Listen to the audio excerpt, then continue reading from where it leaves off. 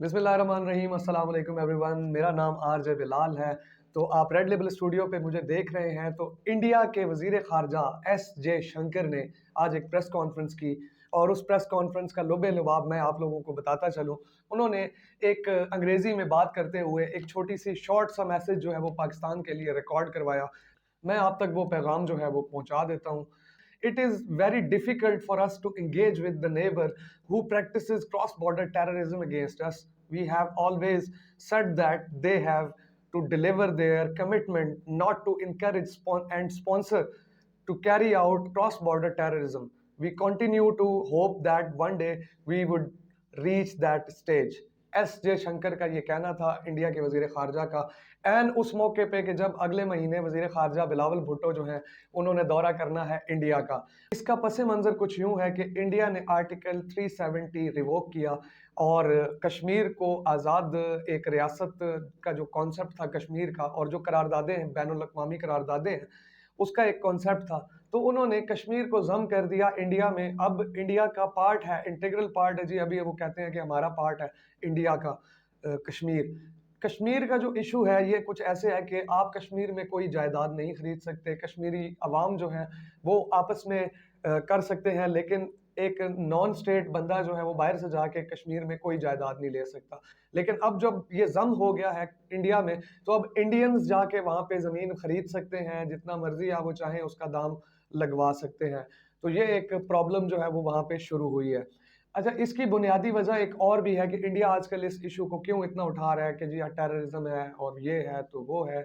India के इस issue उठाने का वाहिद मकसद है कि उन्होंने G20 समिट करवानी है श्रीनगर में, जो कि अगले महीने 20 तारीख को होने जा रही है। अच्छा, इंडिया अगर ये समिट जो है वो G20 की समिट करवा लेता है तो इसका फ़ायदा इंडिया को बहुत ज़्यादा होगा। उसकी वजह ये है कि एक 70 सालों से एक बयानिया बना हुआ है कि इंसानी हकूक़ की पामाली होती है और इंसानी हकूक़ की खिलाफ वर्जियाँ होती हैं वहाँ पे इंडिया में। हालाँकि होती हैं, ये सब जानते हैं, लेकिन उसके बावजूद G20 समिट करवाने का मकसद उनका ये है कि इंडिया के अंदर इस टाइम कोई प्रॉब्लम नहीं है, कश्मीर के अंदर स्पेशली श्रीनगर के अंदर, और कोई दहशतगर्दी का ख़तरा भी नहीं है और यहाँ पे इंसानी हकूक़ की कोई पामाली भी नहीं होती।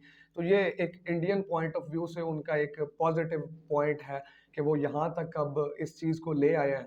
अब अगले महीने वज़ीर ख़ारजा बिलावल भुट्टो ने जब जाना है, तो बिलावल भुट्टो के साथ क्या मामलात होंगे ये तो उन्होंने पहले ही बता दिया है कि हम इसको इतना कमज़ोर मुआहिदा समझते हैं या कमज़ोर चीज़ समझते हैं कि जिस चीज़ पे ये लड़ नहीं सकते। तो अब बिलावल भुट्टो जाके कौन सी ऐसी बात करेंगे, कौन सी ऐसी चीज़ करेंगे, कौन सा कश्मीर का पॉइंट रेज़ करेंगे जिससे ये समिट भी रुक जाए और बिलावल भुट्टो को भी यकीन आ जाए और पाकिस्तान के लिए कुछ अच्छा हो या कश्मीर का कोई इशू रिज़ॉल्व होने की तरफ चीज़ जाए।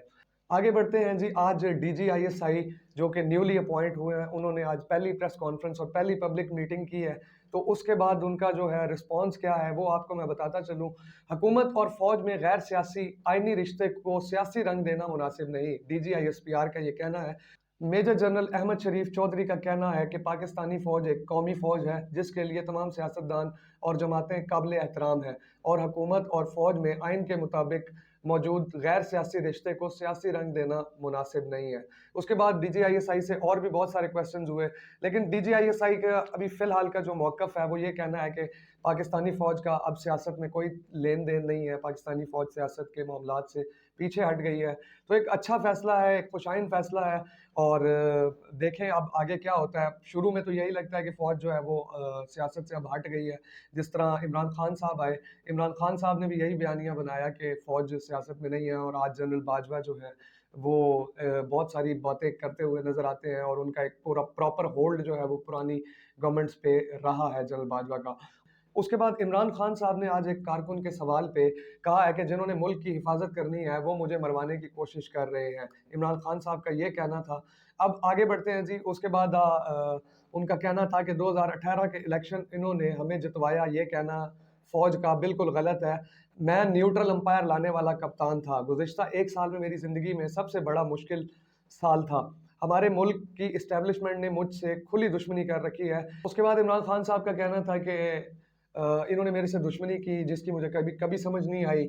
उनका कहना था कि हम आज़ाद पाकिस्तान के लिए फ़ौज को मजबूत करना चाहते हैं। मेरी पार्टी से दुश्मनी, मुझ पर कातिलाना हमला, इसकी मुझे समझ नहीं आई। ये कैसे हो सकता है कि वही लोग जिन्होंने मुल्क की हिफाजत करनी है वो मुझे मरवाने की कोशिश करें। 27 साल की जद्दोजहद के बाद मैंने सबसे मुश्किल मरहला देखा। आप चोरों से लड़ते हैं, मगर मुल्क की इस्टेब्लिशमेंट से कौन लड़ सकता है? इमरान खान ने कहा कि जो भी चाहता है कि ये मुल्क एक अजीम कौम बने, वो चाहेगा कि यहाँ कानून की भी हुक्मरानी हो। तो ये कहना था इमरान खान साहब का।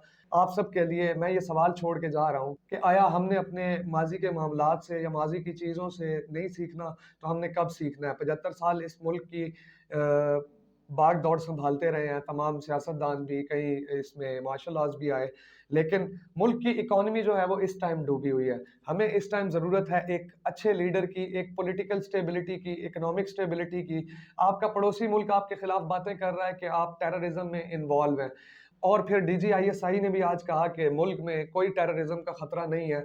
तो बाहर से आपके मुल्क को के बारे में ये कहा जाता है कि टेररिज्म है, और अंदर से आप कहते हैं कि मुल्क को अंदर से कोई टेररिज्म का खतरा नहीं है। उसके बावजूद स्वात में 2 धमाके हो जाते हैं, और वो 2 धमाके भी हमारे लिए सवालिया निशान है। तो ये सारी की सारी चीज़ें, सिक्योरिटी की खदशात, ये सारे इलेक्शंस ना होना, फिर उसके बाद इकोनॉमिक इंस्टेबिलिटी, पॉलिटिकल इंस्टेबिलिटी, इदारों का आपस में तसादुम, ये सारी चीज़ें आप सबके लिए सवालिया निशान है। आप भी सोचें और चैनल को करें सब्सक्राइब। अगले व्लॉग में मिलते हैं। अल्लाह हाफ़िज़।